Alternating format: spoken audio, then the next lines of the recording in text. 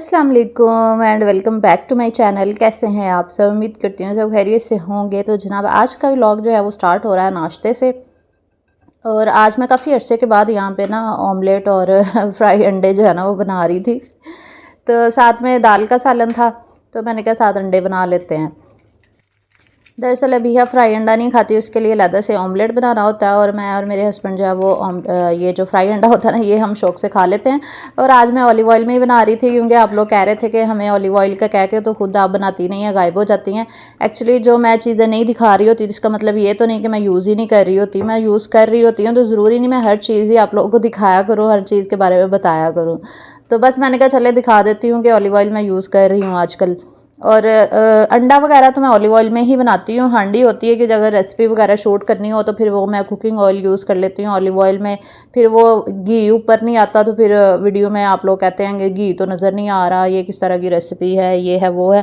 तो इसलिए फिर मैं कुकिंग ऑयल का यूज़ कर लेती हूँ। वैसे आम नॉर्मल घर में जो मैं हांडी बनाती हूँ उसके लिए मैं ऑलिव ऑयल का ही इस्तेमाल करती हूँ। तो बस उसके बाद चाय वगैरह बनाई। और आज मैं आप लोगों के साथ ना बेडशीट्स को इलास्टिक लगाने का तरीका भी शेयर कर दूंगी। फाइनली आज टाइम इंशाल्लाह निकालती हूँ मैं। कहाँ से लाई हो? रोड पे ना एक अंकल खड़े थे छल्ली वाले, मुझे उनसे 2 छल्लियाँ मिली। 2 छलियाँ, एक मेरी।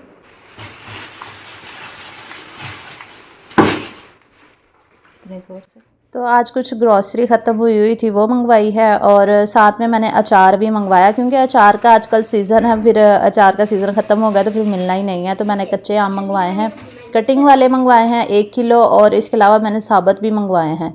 ये कटिंग वाले ना मुझे बड़े साइज़ के लग रहे थे, मैंने कहा इसको भी काट के ना छोटा करके डालूंगी। और ये जो साबुत मैंने मंगवाए हैं इसकी भी मैंने एक रेसिपी बनानी है। क्या कर रहा था? छल्ली खाने का क्या कर रहा था? छल्ली खाने का मन कर रहा था कि दिल कर रहा था? वाह, ये तो यम्मी मसाले वाली। थैंक यू बिहा। बिहा मेरे लिए लाई है छल्ली, भुट्टा, कॉर्न। वाह, मैंने कहा थैंक यू इतनी मज़े की छल्ली लाने का। मन कर रहा था। हाँ, मेरा भी बहुत दिल कर रहा था, इतने दिन से नहीं खाई थी। छल्ली तो मज़े की लग रही थी शक्ल से, लेकिन इतनी स्पाइसी थी। उन्होंने लाल मिर्च के पाउडर के अंदर नमक मिर्च मिक्स करके ना वो लगाया हुआ था, खाई नहीं जा रही थी। तो बिहा ने तो वॉश करके खाई और मैंने भी टिश्यू से साफ़ करके फिर ही खाई। अच्छा खैर, तो यहाँ पे मैंने ना सरसों का ऑयल मंगवा लिया था। ये कोक नहीं है, ये सरसों का ऑयल है। 1 लीटर मैंने मंगवाया था। जो मैंने रेसिपी बनानी है ना वो गाजर और जो मैंगो है ना, कच्चे आम, उसकी रेसिपी है। वो मैं इंशाल्लाह कुकिंग चैनल पे अपलोड करूँगी बहुत जल्द। तो वहाँ से आप देख लीजिएगा। वो डिफरेंट किस्म की रेसिपी है, यूट्यूब पे आपने पहली दफ़ा नहीं देखी होगी वो वाली रेसिपी। इसके अलावा मैंने कुछ और भी सामान मंगवाया था। कल हमने छोटी सी एक टी पार्टी रखी हुई है, तो उधर बाजी की तरफ जाना है और वहाँ पे हमने टी पार्टी करनी है। तो वो मैं आपके साथ शेयर करूँगी। मैंने भी कुछ लवाजमात जो है ना वो बनाने हैं, स्नैक्स वगैरह। तो बेकिंग का दिल कर रहा था, मैंने कहा बेकिंग करने का, क्योंकि कीमा पड़ा हुआ था। तो मैंने कहा कीमे के साथ इस दफ़ा बेकिंग करते हैं। वैसे चिकन वाली तो हम करते ही रहते हैं। तो देखते हैं और फिर मैं आपके साथ शेयर करूँगी क्या बनाती हूँ।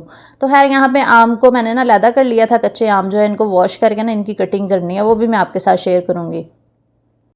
तो जल्दी जल्दी आप वीडियो को लाइक कर दें अगर अभी तक लाइक नहीं किया, और चैनल पे नहीं हो तो सब्सक्राइब भी कर ले, ताकि मज़े की व्लॉग्स जो है ना वो आपको मिलते रहें। तो जनाब यहाँ पे सिर्फ 2 टेबलस्पून मैंने ऑयल डाला है और इसके अंदर भिंडियों को मैं करूँगी फ्राई। और आप लोग सोच रहे होंगे कि 2 टेबलस्पून के अंदर भिंडी कैसे फ्राई हो सकती है। तो इसकी लेस ना ख़त्म हो जाती है। आपने बस इसको मीडियम फ्लेम पर रख देना और थोड़ी थोड़ी देर के बाद हिलाते जाना है। जब ये इनका कलर थोड़ा सा चेंज होगा, इनकी लेस जो है ना वो खुद ही ख़त्म हो जाएगी। क्योंकि आजकल ऑयल का कम इस्तेमाल करना शुरू किया ना, तो इसलिए मैं कोशिश किया करूँगी कि 2-4 टेबलस्पून के अंदर जो है ना वो खाना बन जाए। तो प्याज भी मैंने कट कर लिए थे, क्योंकि भिंडियों के अंदर प्याज जो है ना वो ज़्यादा डाले जाते हैं। तो आज मैं भिंडी बना रही थी चिकन के साथ।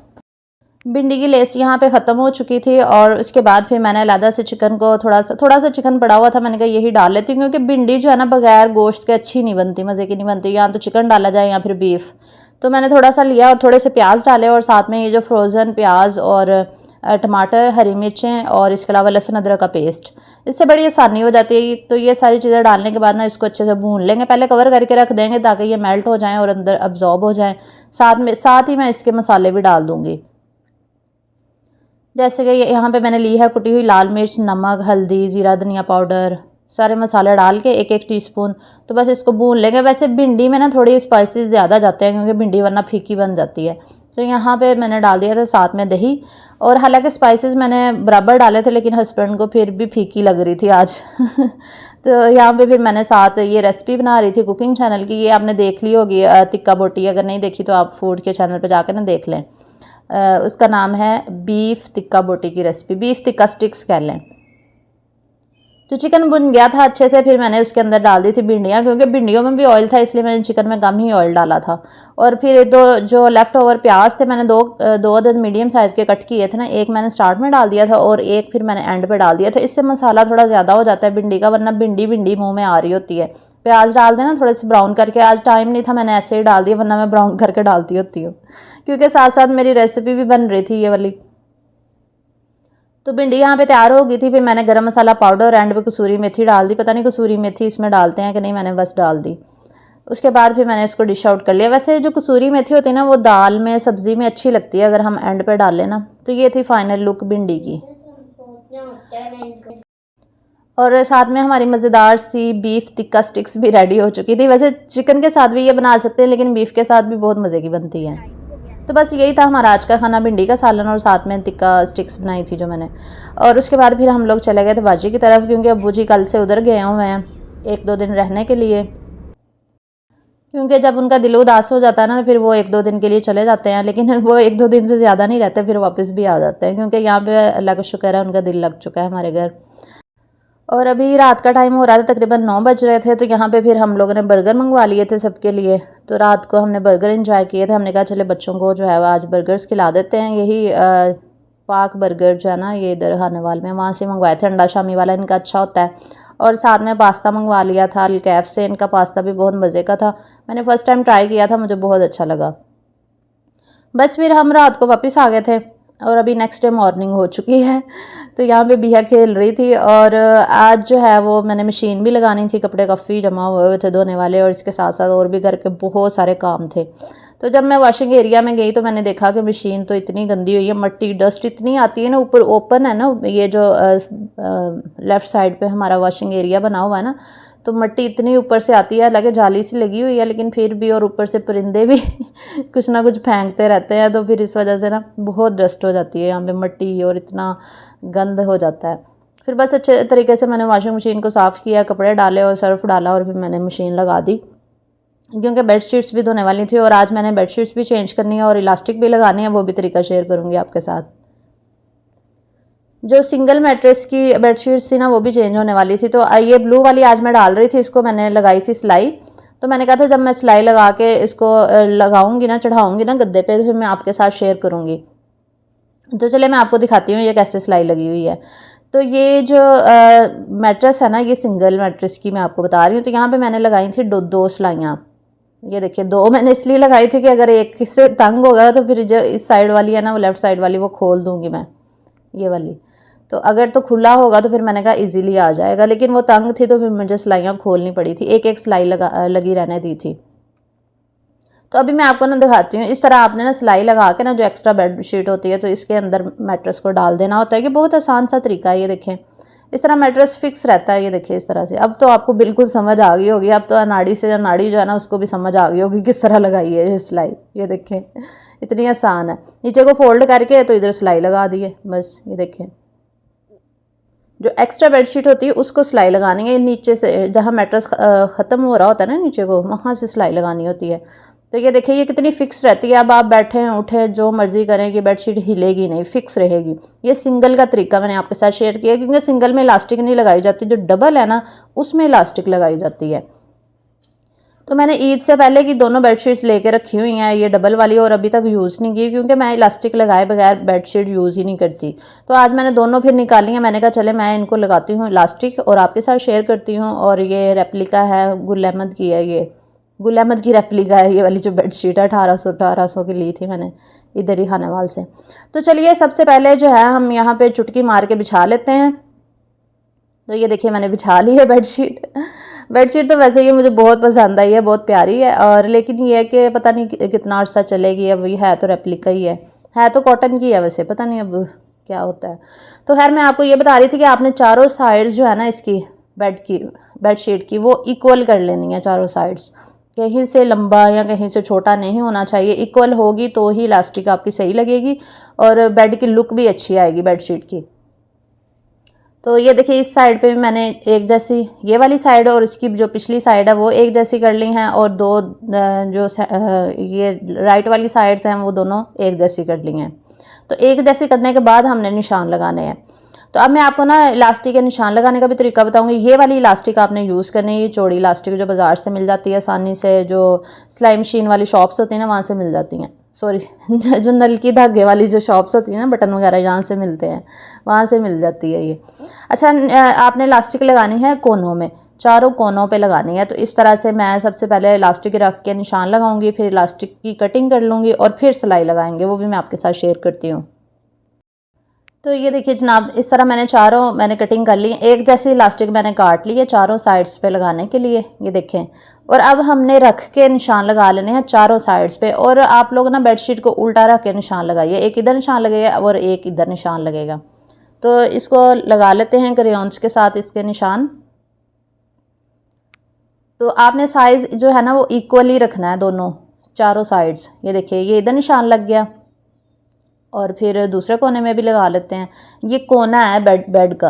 अच्छा, अगर आपका दूसरा बेड है ना जिसमें दोनों साइड्स पे टेक होती है तो उसमें भी आप ये तरीका यूज़ कर सकते हैं, ज़रूरी नहीं कि आपने इसी बेड के लिए यूज़ करना है।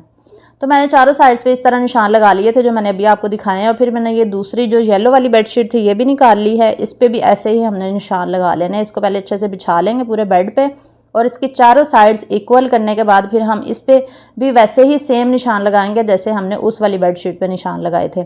लेकिन मेक श्योर आप बेडशीट को उल्टा करके निशान लगाइएगा, वरना सिलाई करते हुए ना आपको बहुत मुश्किल होगी। मुझे बड़ी मुश्किल हो रही थी, मैंने सीधी पे निशान लगा लिए थे और सिलाई तो हमने उल्टी साइड पर लगानी है ना, इलास्टिक तो उल्टी साइड पर लगेगी, तो फिर मुझे बड़ी मुश्किल हुई थी इलास्टिक लगाने में। ये देखिए मैंने इधर निशान लगाया और फिर इधर लगा लिया इस तरह से। लेकिन उल्टी होगी ना तो फिर आप इजीली निशान के ऊपर इलास्टिक को जोड़ सकेंगे मशीन के साथ। अब हम सिलाई मशीन लेते हैं या फिर सुई के साथ भी आप इसको जोड़ सकते हैं, लेकिन मैं इस दफ़ा सिलाई मशीन के साथ ही लगा रही थी। इस तरह मजबूत रहती हैं। ये देखिए ये इलास्टिक लग चुकी है। बस कोने कोने पकड़ के आपने स्टिच कर देने हैं, छोटे छोटे 2-2 3-3 टांके लगा दीजिएगा ताकि ये बार बार खुले ना, क्योंकि बार बार ये खुल भी सकती हैं। टाइटली हमने इनको बनाना है, फिर ये बेड से बिल्कुल नहीं हिलती और बच्चे चाहें उछलें कूदें जो मर्ज़ी करें, आपकी बेडशीट फिक्स रहेगी। ये देखिए ये स्टिच हो चुकी है। तो अभी मैं सारी स्टिच कर लूँ फिर आपको दिखाऊंगी। और ये अब मैं दूसरी कर रही हूँ, वैसे काफ़ी टाइम लगा था सारे चारों कोनों में लगाने के लिए, 8 कोनों में लगाई थी दोनों बेडशीट्स के। तो ये दूसरे वाली है, इसको भी मैं लगा रही हूँ ऐसे ही। तो ये देखिए ये भी लग चुकी है चारों साइड्स पे। तो चले अब हम बिछाते हैं। तो ये देखिए ये तीनों कोने मैंने डाल दिए हैं और चौथा कोना मैं आपके सामने डालूंगी ताकि आपको समझ लग जाए किस तरह डालना है। ये देखें ये इलास्टिक लगी हुई है ना नीचे को, निशान के ऊपर हम लोगों ने लगाई है। तो अब हम इसको पकड़ के यहाँ से ये गद्दे के नीचे डाल देंगे इसको ऐसे। तो इस तरह ये टाइट रहेगी। और टेक वाले बेड की भी आप बना सकते हैं। मैट्रेस बाहर निकालें, बेडशीट को इस तरह फिक्स करें, फिर मैट्रेस अंदर डाल दें। इस तरह होता है टेक वाले बेड का हिसाब। तो ये देखिए कितने अच्छे तरीके से फिक्स हो गई, अब ज़बरदस्त लग रही है ना। अब जिस तरह मर्जी उठें बैठेंगे ना, आपकी बेडशीट बिल्कुल भी ख़राब नहीं होगी, हिलेगी भी नहीं। और एक बात और, अगर आप एक दफ़ा लगा लेंगे ना ये इलास्टिक, तो मैं यकीन के साथ कह सकती हूँ कि आप नेक्स्ट टाइम जो भी बेडशीट न्यू डालेंगे ना, आपने इलास्टिक के बगैर नहीं बिछाने, क्योंकि आपको इतनी सहूलत रहेगी। आपने कहा ना ये तो बहुत अच्छा काम है, एक दफ़ा लगा के अब आप बार बार लगाएंगे। क्योंकि मैंने भी ऐसे किया, जब एक दफ़ा फर्स्ट टाइम मैंने इलास्टिक लगाई ना, तो उसके बाद मैं जब भी बेडशीट बिछाती थी ना, मैं पहले इलास्टिक लगाती थी फिर ही बिछाती थी। मैंने कहा मैं बार बार नहीं बेडशीट सेट कर सकती, क्योंकि ये सेट रहती ही नहीं है, ख़राब हो जाती हैं। तो बस यही था आज का व्लॉग। उम्मीद करती हूँ आज का व्लॉग भी आपको बहुत अच्छा लगा होगा।